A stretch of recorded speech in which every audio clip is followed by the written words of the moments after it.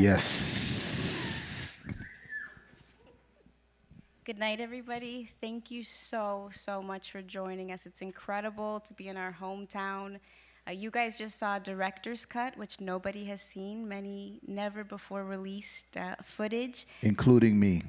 including I of never saw, I Walshy. never saw this version before. Nobody's ever seen it. And some of Miami's most beloved people that we wanted to honor, definitely. It's been an incredible experience making this. I also, just while I'm here, want to thank the PAMM for having us.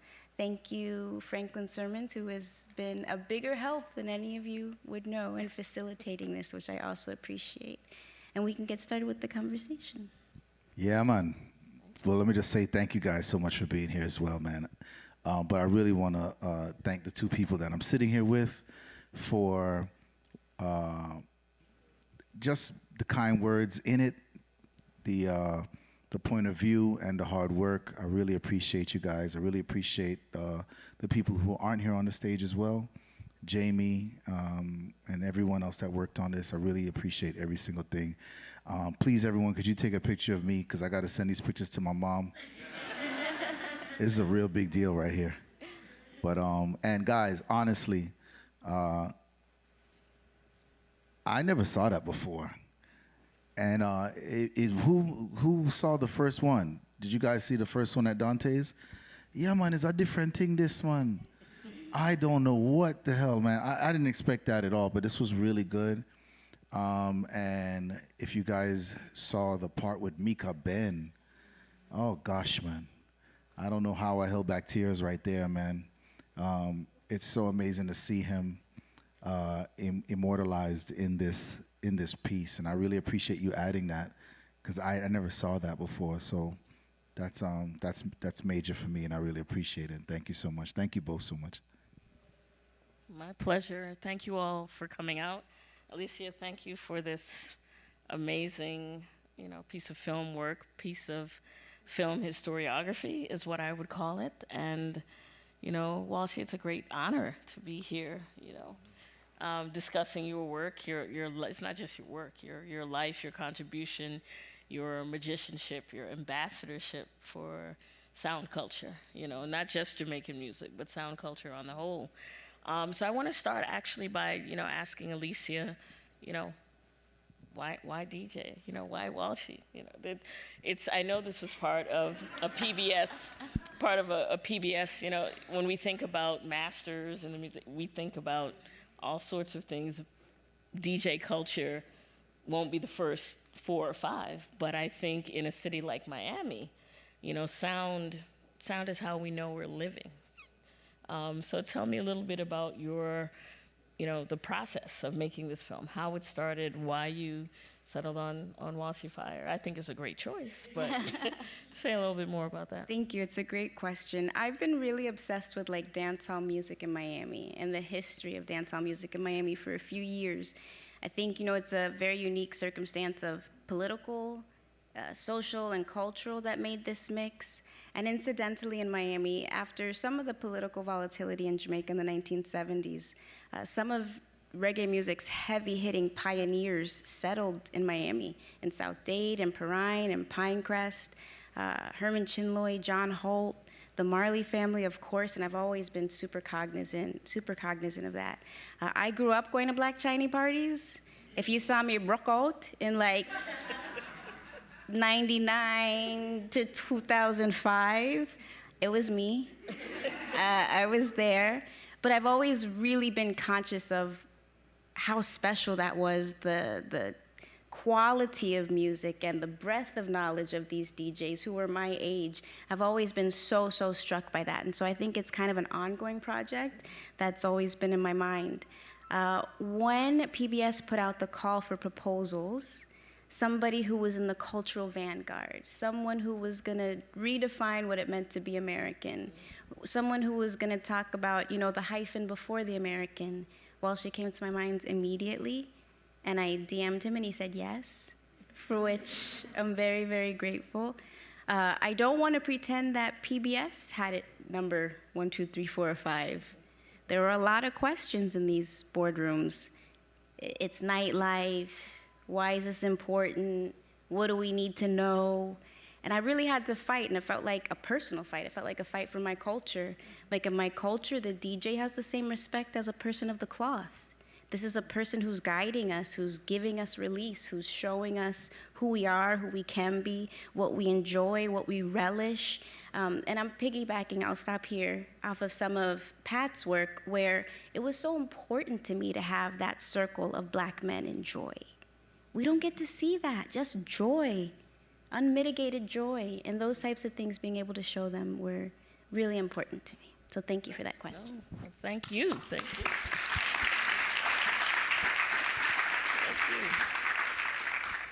And you, Walshy, as the high priest of joy, as the high priest of joy, right? Changing Instagram name.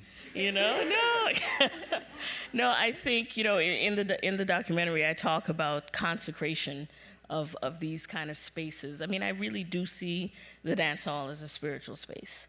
I see, you know, the house party, that it's an interesting moment of freedom, is what I would call it. That there's a way that music gives us authorization in a way to be free. And so I'm very serious when I talk about, you know, DJs as being the high priest of really offering the benediction, as it were, right, through sound.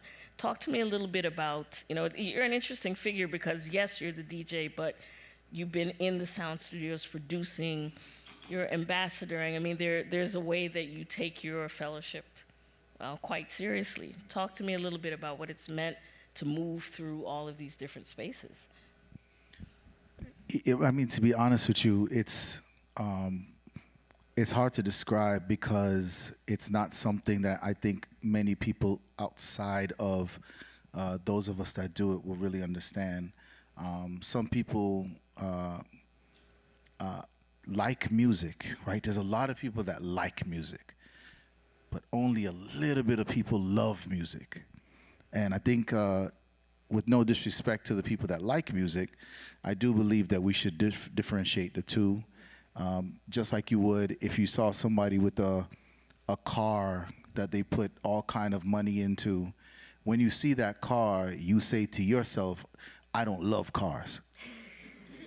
And I respect the fact that this person did that to their car. We are different. And so there's a handful of us, a very small percentage of us, that have fully dedicated their life to music, to sound, to community, to gathering. And so an answer to that question would really only resonate with those people, because you don't really think about it. I don't know that I'm doing it. I'm just doing it.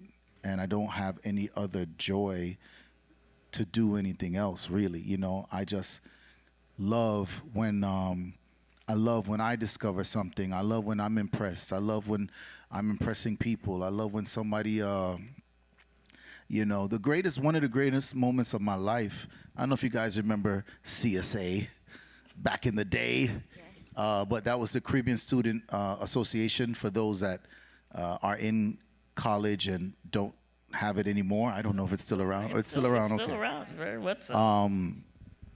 But I had a really good moment. I was DJing the CSA, what name again? Mount Zion? No, man. This is at UF. But when everybody gathered, what was it called again? What name? I can't hear. What'd she say?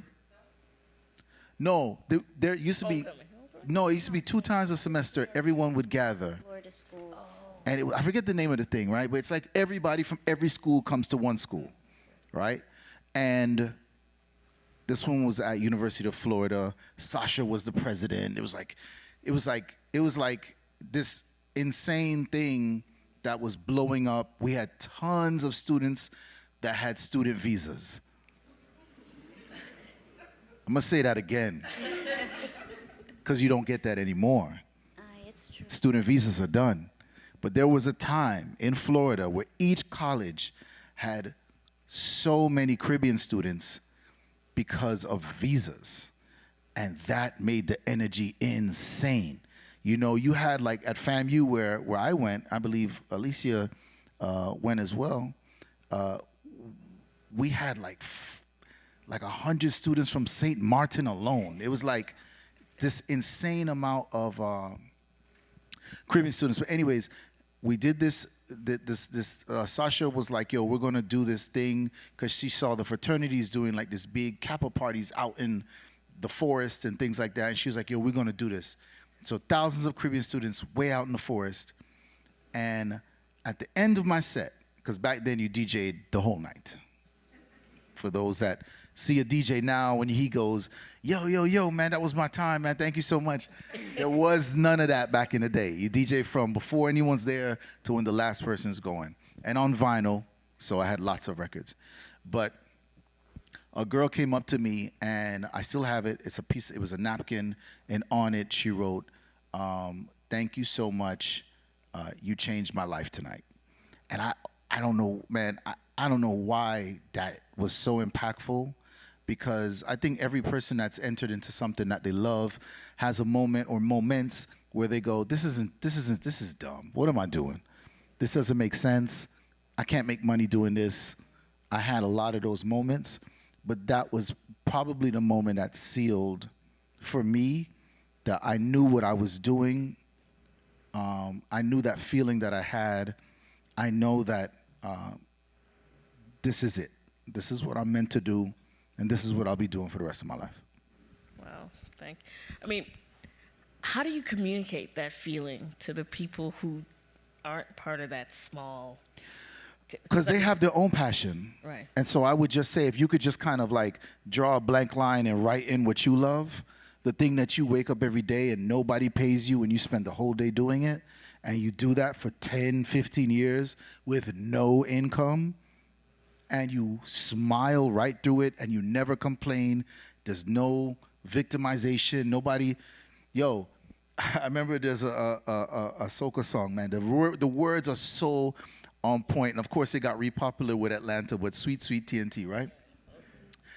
And he said, "Look how smart man gone with a bit of money, you know, but we're still having the time of our life." And I said, man, that's me.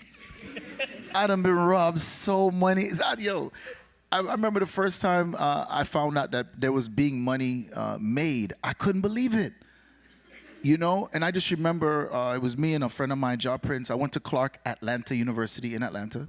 And I remember we were DJing, and at the end of the night, the promoter would just buy us food. So he'd be like, "Man, tonight was crazy. We should go to Waffle House." And no joke, when I tell you no joke, my excitement for Waffle House, or as we say, my glad bag, yo, my glad bag, boss! My glad bag exploded with gladness for this meal. And I just remember one night, there was a third guy, a guy named World. He's passed. He's from Liberty City, but he was living in Atlanta. And he said to us, "Hey, you know, I want to bring you guys to come DJ over at my spot. How much are you guys charging?" And we looked at each other and was like, "What do you mean? How much are we charging?" And he was like, "Yeah, you guys, you know, the other guy, I won't say his name, but he's like, he's not paying you?" And we were like, we don't know anything about that. We were like, you know, and I mean, I had done it for like maybe a good year and a half, 2 years. And I had no clue. I genuinely thought DJing and nightlife, if you can, just try and like, for anyone that's a little bit older here, there was a time where there weren't so many clubs. If you went out, it usually was where everybody was gonna go. We all met at one place. For me, it was the Pac Jam, right? I met at Studio 183, like these spots that everybody would know because there weren't 100 spots. I would then see the same people every week. And so I would be on the dance floor actually dancing. The DJ was a whatever thing. The promoter was a whatever thing, and we weren't drinking. We came for fun. Drinking wasn't a major part of partying back then. And again, if you don't understand that, I just want you to sit with that for a second. I remember when the first bottle was bought and just being like, yo, how did he do that? And, you know, he put it on the floor next to his feet. And I was just like, how did he get a bottle in the club on the floor to his feet? Like, what happened? So just so you can understand what you see now, it was the complete opposite. You went to dance. You just went to dance and, you know, meet people. But there wasn't this like pretentiousness. Maybe you dress nice, but that was about it. And so to me, it was not a money-making thing. And back then, the club charged $5 to get in. And, you know, you're not thinking that somebody's walking away with thousands of dollars. You don't see a room of people and go, whoa, no, wait, there's 2,000 people in here. It doesn't make, you know, it's not making sense. And so I had to recalibrate my brain to give this guy an answer. And I remember saying, $50? And he was like, definitely. and we got paid $50 for a long time, thinking, this guy's an idiot. He has no clue. Like, we love doing this. And so I would say to bring that home, just put your passion in what I'm saying. And if you have a passion, it will make total sense. If you haven't found a passion yet, then it may be a little bit difficult to understand what it is to wake up every day and never feel like somebody robbed you, never feel like a victim, never feel like somebody's abusing you. Smart man, gone with my money every night. I'm waking up the next day happily going back because I loved it without a reason. You know, I just loved it. And so maybe that's the best thing I could say, is to just bring it to whatever they love, and then hopefully they'll understand. And how did that lead you to the studios? Because there's the DJing part of it, there's the energy of the crowd, there is that vibe, right? That the crowd is giving that back to you. Yeah, man. So the studios was a whole other journey. Mm-hmm. And again, I have to say big up to Super Dupes from Black Chiney, big producer. He produced Rihanna Work, and he's probably at the Drake concert across the street right now. And, you know, he's like an insane talent now. But he was the first person I ever saw in the studio making his remixes. And I would sit there with him and I'd be like, yo, good luck with that, bro. I'm not touching any of this. I didn't have a laptop, of course, and he had a new Sony Vaio. What cost like $600. It was like, yo, definitely not entering into production, no way. But I ended up meeting another guy named Just Bus from Antigua, and I met another guy, Dollar Sham from Barbados, and those became my producer friends. But I will say, with all of that, that guy in the film, Diplo, who, by the way, again, I didn't see this edit. You guys know he wasn't in the last one. Diplo was the one. Man, he was the one that made me feel stupid for not producing. And like my boy Soul Clap is here, Charlie. There's a moment when everyone around you is doing it, and you're like, I'm the only one not making music. Like, you know, you start to feel uncomfortable. And he was the one that was like, yo, why aren't you making music? You love Caribbean music. You are at every carnival in Trinidad every year. You're here, you're there. And I was like, yo, man, you know, this is just the kick off the cliff that I needed, you know, the uncomfortableness, because I know a lot of people don't like to feel uncomfortable, but I think uncomfortableness, and I actually think also shame, are two absolutely necessary parts of life. You need your community sometime to look at you and say, boy, you know, and you need people that are really going to push you and know that, yes, you're going off a cliff, but you're going to land on your feet. I know you're going to land on your feet, but you can't do this without jumping out the window. You got to go. And so he was that person that was like, yo, man, I'm going to call Chronix to the studio, and I want you to do a whole mixtape with him. We're going to put it out. Like, yeah, let's do that. And then when I got to the studio, it was just magic. We did the whole thing in like a couple hours. And then I started to really like understand why producing was just another level of what I was already doing. And it was a long time that I had graduated to that level. Mm-hmm. So I want to jump off on that because I heard Marie reading your list of accolades, MSNBC, BBC, this, and then this. So everyone has a story to tell. Journalism doesn't always give you the space to tell that story.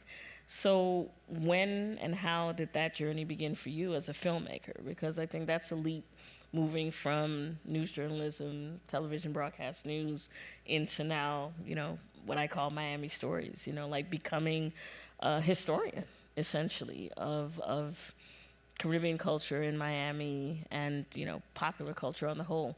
What was that journey like for you? I mean, and I'm really thinking about, Walshy's own journey from DJ to producer to sound ambassador. What has that journey been like for you? And That's a really great question. I think I was the styles editor for my high school yearbook. And then sign up for yearbook, y'all. The big up yearbook. Then I went to FSU and I hosted the reggae radio show Vibes House at Florida State University. And then my first job in broadcast was at CNN. And I remember contributing and writing an article for the Herald. And I said something like, it was a blue day. And John O'Neill, the Neighbors editor, was like, who says it's blue? I'm like, it's blue. And he's like, that's very subjective, Alicia. I'm like, what do you mean? And I was like, this is journalism? Oh, okay. So, I did climb the journalism ladder, but I was always fighting to tell my story. I remember in newsrooms being like, can't we cover this earthquake in Anguilla? Why can't we? There's 300,000 English-speaking Caribbean people in this city, NBC6. Why can't we? I always felt like I was trying to infuse our culture. It was always a fight. I left news because it's not very family-friendly. But I had this incredible set of skills that I had learned from literally the best in the business. Here at WTVJ, Tony Segreto, Bob Mayer. I mean, these are people who are in the business 50 years, 45 years, who were teaching me about integrity and writing and sources, 6 sources and nothing less. 6 sources and nothing less to validate a story. So the leap to filmmaking was really about the story, what was eating at me. I'm like, people gotta know. People have to realize how incredible growing up Jamaican in Miami is. And really looking at people like Walshy, what an impact that's had on the greater world. So it was really a matter of, I love to talk, I love storytelling, I had that skill set, and just transferring it into documentary world, which has been a new world, and navigating it has been really interesting. But I think that passion that Walshy's talking about comes early. Most of us miss it. Most of us are too afraid to see it. My mom saved an assignment from the 2nd grade where I wrote about this goldfish and their kite repair business under the river. And my mom said, you're a writer. You're a storyteller. This is your gift. And you just have to ride the wave and be brave enough to do it. So my journey to filmmaking really feels like the journey to finding the truest, innermost, work till 3 o'clock in the morning, get up again at 6 and keep working with the editor. It's my truest self. So what do you think was the biggest risk in choosing that over what I imagine people would see in, media journalism as, more lucrative, more, I could be wrong. I said, from the outside, the grass always looks green. And my friend said, you have to remember how much manure it takes to make it that green on the other side. There's a lot of voices in media. There's a lot of, Chomsky called it the propaganda model. I don't say that to be provocative, but there are many layers before your news is very filtered. There's many levels of checks and balances. And this feels, like when I heard you all laughing, when you saw maybe the lighter up in the air, or Walshy's mom saying, did you go to school to learn? Identity in these people. There was just something in that, being able to tell the story so genuinely and from inside the culture. And that came out a lot in production. Big up Jamie Gershon, who is the best DP in the world. brap. Jamie, who will climb on speakers. Jamie, Facts. who will stand next to the pyro on stage to make sure she gets that shot. She's been an incredible friend, confidant, and planner in all of this. I don't know. It didn't seem like that much of a leap for you. It didn't. It felt really natural. It felt supernatural, yeah. Okay. So Walshy, what's been the highest high for you in all this? Or are you still out there having, So many highs, yeah. But real quick, I just want to say, guys, this is my first time hearing her speak on this project like this. And I'm so glad that she's up here because I actually haven't asked you any of these questions. And I'm hearing it for the first time. So That's what I'm here I for. love it. Yeah, man. Thank you so much. I'm so glad to be here. This is a high. But no, I've had lots of highs. Cuba was definitely the biggest high, 400,000 people. Also, one of the weirdest moments as well, because I got so much hate mail and so many threats and so many people that were apparently going to do something to me because I was performing in Cuba here in Miami. That also happened to me when we did a show in Venezuela. Got tons of hate mail from Venezuelans who live in Miami who were upset that we were doing a show because Chavez was still alive. But I think that just comes with the territory, and I think that that's all a part of when you're doing something impactful, it's going to hit people, good and bad, but it's impactful, and so I respect their opinion. I never went into an argument mode with any of them. I understand they're coming from a place of passion, and families have gone through things, and they don't understand. They don't understand. Again, they don't love music. If you understood music, you would understand that it transcends all the politics and all the things that make people draw lines in the sand and say, I'm over here and you're over there. The music does the opposite. And so if it's hard to see, I understand. And I have no ill feelings towards your death threats at all.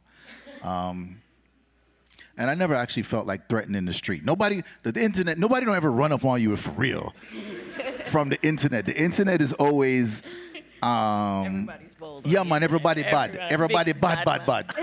Everybody's just insanely smart and insanely funny, and and in real life, you never meet anyone that's going to actually be that, So, but Cuba by far, we have a documentary on the Cuba show as well, which everyone please just Google it and watch it. It's an amazing documentary. And I would say I'm producing my first album, A Bang, which was named after a good friend of mine. Rest in peace, A Bang. If you guys have not listened to it, please go check it out. ABENG. So many highs. Winning a Grammy with Toast. Being nominated for a Grammy after that with Major Lazer. I've done amazing things as just a guy from Carroll City. I've done some really amazing things, and I really think that there's a lot of people that hopefully can I continue to hopefully connect to, and moments like this I think are great connectors to people who are going through some transitions or some kind of moments where they just need to see and be around and be in proximity of someone who's done something from some place that they can resonate from. And so I'm so glad that we're here. So glad to have this conversation. That's great. So do I have time to open it up to the audience? Can I could stay here and keep talking to these. I just want to say, man, shout out to these lovely hardworking ladies over here. I don't know how you say we appreciate you to yourself, to you. We appreciate you like you. But I love it. So animated. So there we go. Curtsy. But I'd like to open it up. We have a rather large and eclectic audience here. I am interested in hearing from you all. I'm sure that Walshy and Alicia also. I see a hand in the back there. It's a little hard to see. Yeah, that's it. You really do. Okay. Thank you so much for this event, and it's so funny because when I came inside, I didn't expect to get emotional being here, but I really want to say thank you, Walshy Fire, for your music. I suffer from chronic pain, and there's a song of yours, I think it's called Get Free, that when I listen to it, everything just disappears. And so, yeah, I just want to say thank you so much for the work you do. And then secondarily, I have a question really quickly. And so, yeah, I'm writing about dancehall, and I have been very fascinated lately in the connection between dancehall and EDM. And so I'm just really interested in your journey to EDM. How did you encounter it? And yeah, what was that encounter like? I know many Jamaicans are getting into it now. Many young people are getting into it now. And so, yeah, I'm just kind of interested in how you got interested. Oh, man, appreciate it. Thank you so much for the compliment and the kind words. I really hope that the music that I've made continues to do things to people that I can't imagine, because I've tried my best to make music that's timeless and ages very well, but most importantly resonates in some form of real healing for people. I have never made a song that was negative. I've never made a song that was about like killing or no N-words, like none of that, you know. And I think that there's, yeah, man. And I think that there's a real energy in the sonics, and I know a lot of us here are here because we've been affected by music, and this is a music and visual talk. So one of those two for sure. You guys are going to probably ask questions about, but it's really healing for me to hear you say that, and so I really appreciate that, and thank you so much. It really means a lot. And to the EDM side of it, I buck it up, you know, when I lie. I did not expect to be doing anything with white people in any form at all. I grew up in Jamaica, a black island. You know, I grew up in Carroll City, a black part of Miami. I went to HBCUs, Clark Atlanta University for undergrad, and then I did graduate school at FAMU. Diplo could easily be the first white guy I ever met, you know? So it's very funny that he was a fan of Black Chiney, but he's from Fort Lauderdale, and Black Chiney was big. We went outside of our normal realm of people. When you look at that footage of me and Willie Chin in Belgium and Amsterdam and Germany, I'm clearly young in it, and I'm in awe that Caribbean music has these fans all over the world. When we went to Japan, it's just like you can't imagine it, and you're just like, how do you get it, right? Like, what parts of it do you understand? Are you making fun of us? Like, I don't get it. Like, because I don't have a trust, right? So it's like, what's going on here? You know, and so you eventually see that they love it just as much, maybe more, than the people who are creating it, because they're willing to spend so much money on it and travel the world for it. And, you know, sometimes when you have something at easy access, you take it for granted. And so when you go over there, you get this real big appreciation for it. You're like, wow, what we are creating in the Caribbean is the best in the world. And I could say that in any sound clash, you know, because I've been in a few Red Bull clashes, and it's just like you sit there and you say, man, when you go down the line, Jamaica has about 5 or 6 like international musics, right? Like ska, EDM, you know, you go down the road. I mean, sorry, ska, reggae, mento, you know, go down the line. Then Trinidad has many. Then Haiti has many. Then you start to talk about the Spanish and Dutch, you know, sides of this thing, and it's like, yeah, you're not gonna, it's endless now. And you see how these little rocks in the water have affected the world. If I go anywhere in the world, the music from this little corner of it is going to be playing. I did a show in the Maldives the other day. What? Like, what? They know so much about my culture, and I know nothing about theirs. And so what happened? You guys were colonized too, so okay, well, what happened? Well, I get to realize something special brewed in that part of the world. And in the documentary, I said it, but I'll say it again. It's called rebellion. And that rebellion, one thing I realize about life is you have to have an element of danger, right? So an artist will come to me and say, how do I get people to listen to my music, and how do I get attention to my music and stuff like that, and I'll always say, where's the danger? Where's the dangerous part of this?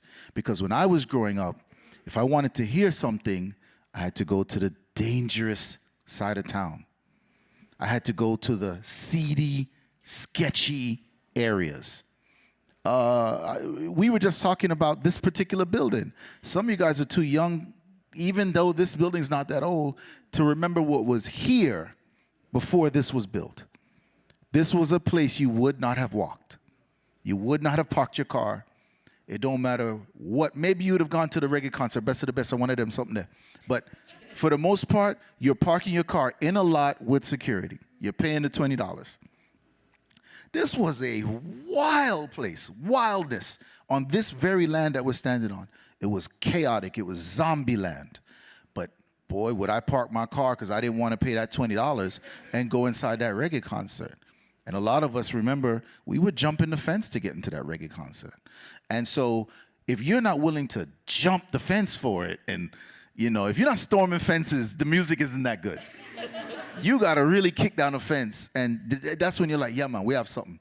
And I believe that we have all the musics that we're doing that, and then from us comes the migration to America, and then a lot of the sounds come up, and of course we have to say special due respect to the African Americans here, as they, a lot of Haitians came up to New Orleans. They mixed up. They did a lot there. A lot of Jamaicans, Trinis, Puerto Ricans, Cubans came up to New York and Miami and places like that, and it all started to go. But our experience somehow is disconnected to the things that we see other races listen to. So when I look at EDM, I at first have a standoffish approach to it.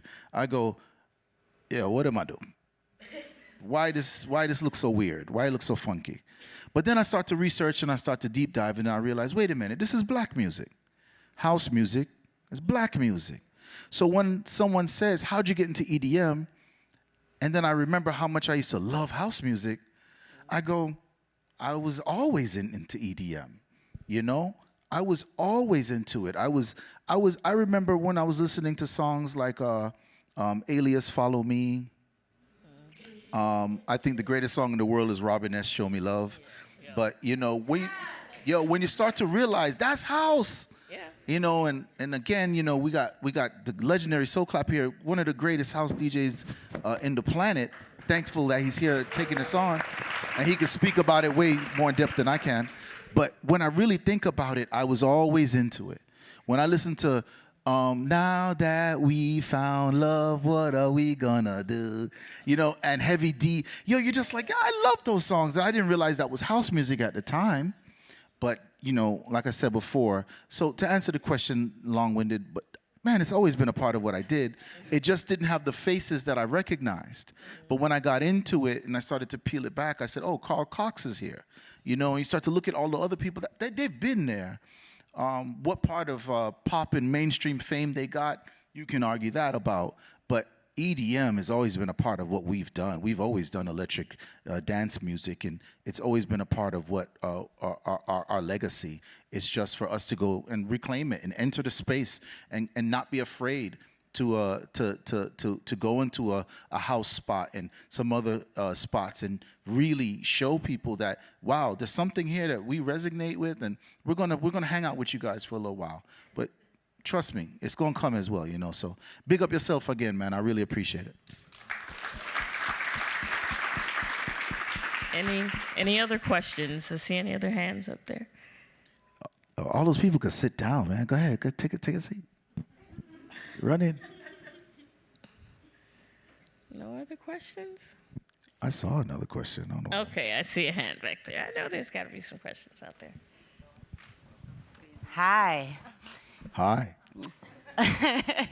Alicia, I was wondering if you could tell us more about the process of the making. Did you know what you were looking for and what surprises came up along the way? So first of all, a big round of applause for Jamie Gershon. Right there, DP numero uno, the best, the best.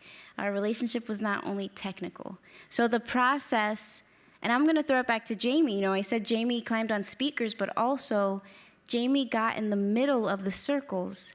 And somebody told me about this movie that they felt that it was so immersive. They felt like it was an immersive experience, and we have Jamie to thank for that, definitely. You know, think about the angles. When she's shooting up in that circle, she's on the floor in Rum and Bass in the back of Koyo Taco.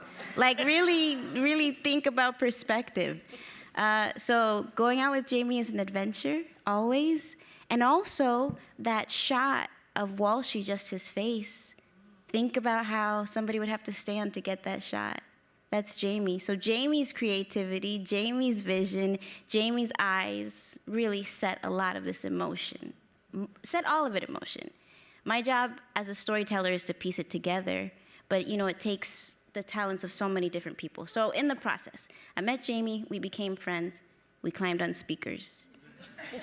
Then Jamie went to Brazil with Walshy and sat in through some long studio sessions, saved some music, and then the rest of the process. The rest of the process, a lot of it is interpersonal. Documentary is like 85% interpersonal, because if the person you're working with doesn't trust you, you don't get anything. You know how scared I was to ask you if your mom could be in it? Oh my God. But it's about building trust. So as much of the process is technical, it's really about relationship building. The editing was tough, again, because I'm so honored that this was a project between Firelight Media and PBS American Masters, and that they let me do it. But you know, big organizations are a lot of voices. So the editing process was tough. I learned that editing is very political. Think about what I'm saying. Editing is very political. If your editor does not align with you politically, you would be very surprised to see how they would portray the people that you respect. And so this is actually my second editor. Big up Jorge Rubiera, because the first one was not aligned politically with me. It was such a tough process that I gave them the last copy and I was like, Guan, I can't take it no more. Like, I don't care, I'm done. But then to see now on the other end, the response that it's gotten and the way that it's resonated has been an incredible, incredible, incredible journey. Lieutenant Stitchy, you know, a big original in dancehall, his DJ emailed me and said, I feel seen. I feel like I haven't been doing this in vain. Big tears, tears, tears. We don't get to see us. We don't get to see us, and seeing us was the biggest part of the process for me. So those little details, again, the lighter in the air, the lady banging on the wall. If somebody else had made this film, that wouldn't have been in there, right? So the process has been emotional, physical, cultural, technical, but it's been an incredible experience, for sure. Can I add real quick that I think because she's of the culture, those things are not left out. And I think that's important, to be represented by people of the culture. So we do thank you. We definitely salute you, because you could have done anything. And I think here, in a moment of disclosure, Alicia is my neighbor. Like, very Rich.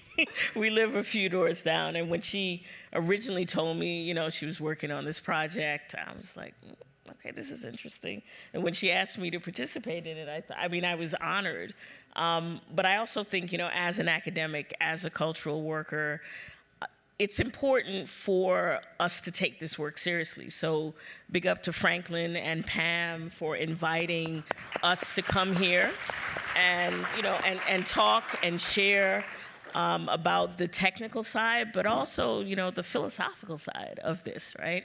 I mean, shout out to, you know, Javante, the young man who asked the question is actually one of my students at the University of Miami. And so, you know, I think I've been in Miami for 20 years at the University of Miami, and I enjoy teaching, but it's moments like this that I also live for, you know, where we get together to talk, think, move, and take very seriously what it means to be a creative, and how that creative is at once politically relevant, spiritually important, and, you know, when we talk about a sort of crisis of the soul, you know, music is the thing that cures that, right? Art is the thing, you know, I think it's important that the Pérez Art Museum is like, come, let's talk about music, right? That, you know, we're talking about the things that are a salve for the soul. And so I think that, you know, those boundaries, I think that what Alicia's work shows us is, you know, how art allows us to remove a lot of those boundaries around high culture, low culture, sound culture, what's classical, you know, all of that, you know, because at the end of the day, whether you're speaking patois, Arabic, French, Creole, it's sound, right? It transcends all of those things and brings us together. And I think that it's that kind of vision. I really respect Franklin and the Pérez for having that kind of vision to bring these conversations out into the public, you know? I think I want to piggyback off of that. That's a great point. This is one of the premier art museums in the world. Premier. So thank you, Franklin, for letting us know that all of our community matters. All of our community matters. And we are welcome in these spaces, and you've made us feel so welcome, and your staff has made us feel so welcome. And our culture is good enough? No, we are enough. Yeah. We deserve this. This is a worldwide stage, and I'm honored to be here with these two preeminent leaders in their fields. But also just the fact that, you know, in the story of Miami being a Latin American and Caribbean city, the Caribbean is usually the last word, and we're left out. Everybody eats Jamaican patties, but nobody asks where they come from, right? If not having reggae music centered here, this city wouldn't even have the soundtrack that it does. We wouldn't have the cultural palette that we do. We wouldn't relish these bright colors that we wear. There is a by a Trinidadian designer, I think, yes? No, Bahamian. Bahamian designer. Yes. So if we just have to tell our story, we have to be loud about it, and we have to recognize it, and I thank you, Franklin, so much for recognizing the importance of having us here and the honor of allowing us to be here to speak about this. Yes, big up Franklin. Big up Franklin. Okay. I think we have enough time for one more question. I see another hand, yes, in the back. Wonderful. They're making their way over. Would you like to?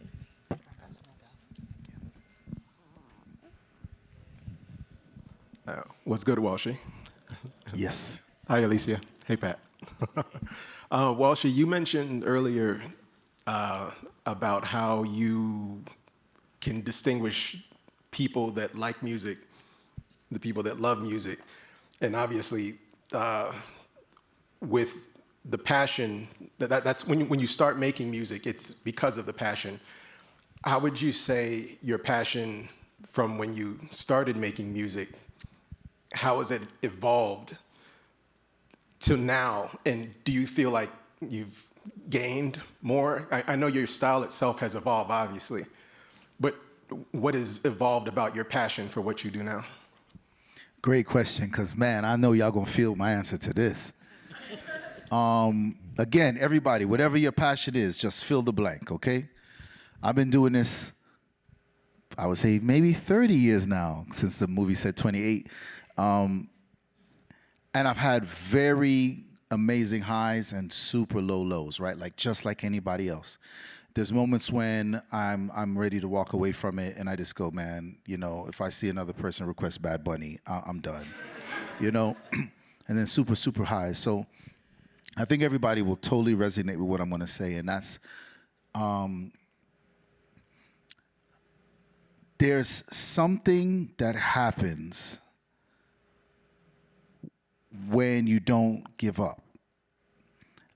And there's these little breakthroughs are like cocoon butterfly. It's like this kind of thing.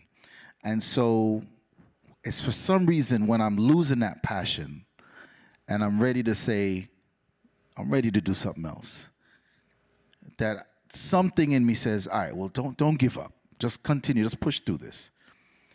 That on the other side of that, something insanely amazing happens.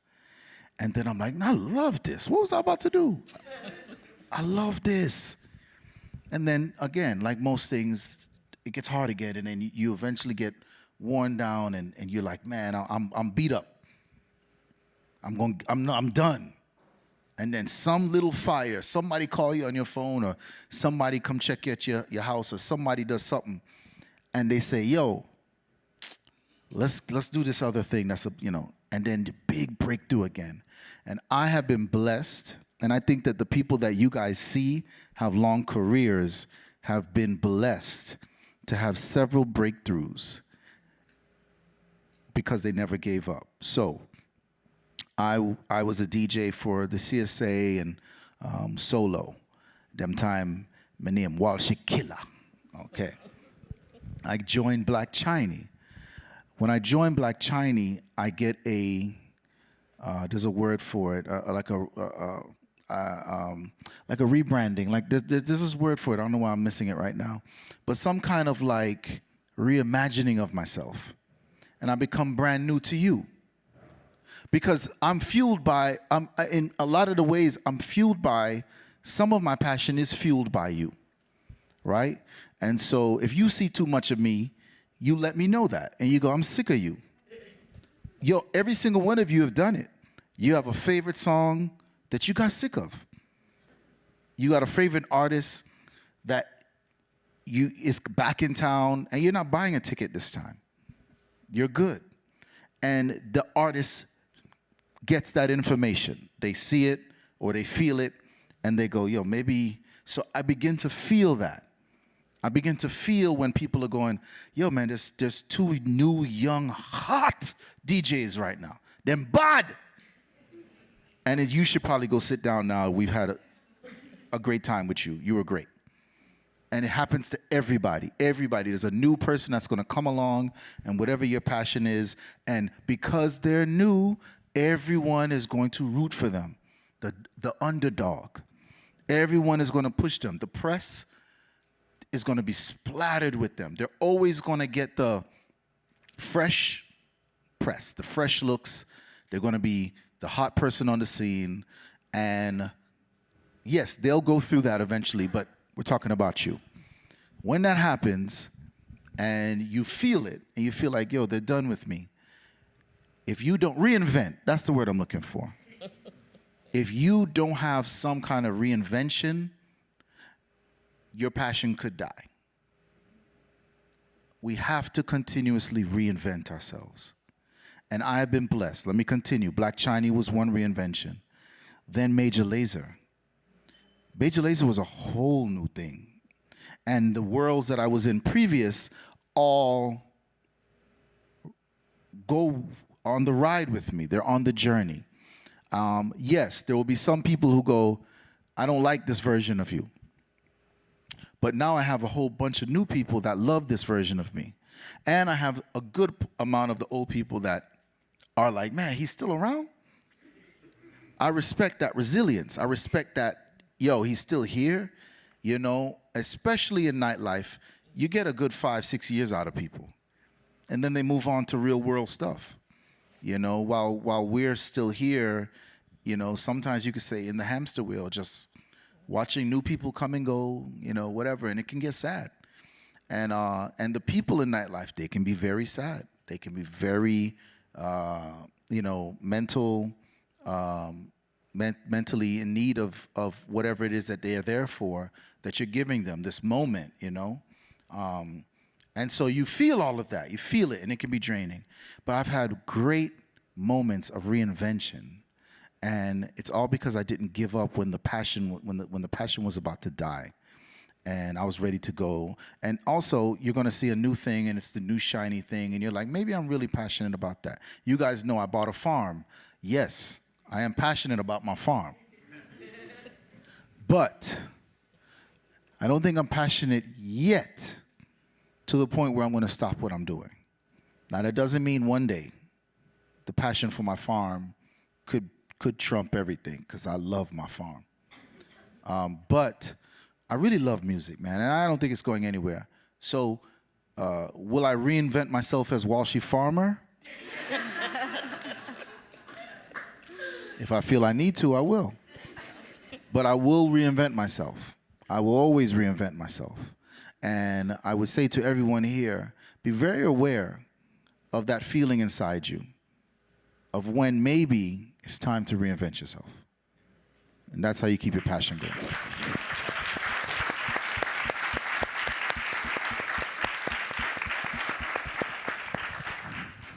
Well, I think with that, you know, I think that's a great note to end on.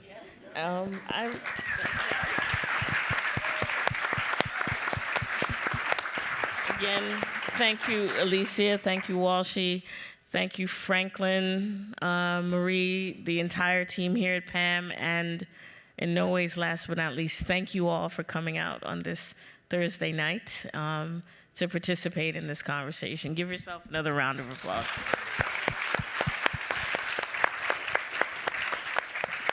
Before we go, can I just ask, what's next? For me. For you. For me. I'm really excited. I have a documentary about Edwidge Dancy Cat that's coming out in December. I'm so glad I asked. Yeah.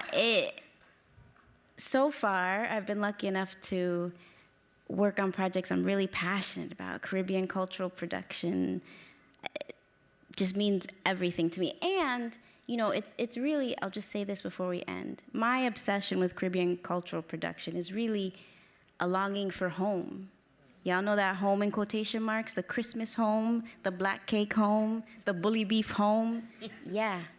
Everything that I'm doing is like trying to bring me closer to that. So that's the next one, and then, you know, some other stuff floating in the horizon. Thank you for asking. We'll keep our eyes and ears open. Please. For it. Please do. Okay. Thank you. Thank you all again. Good night. Thank you. Thank you, guys.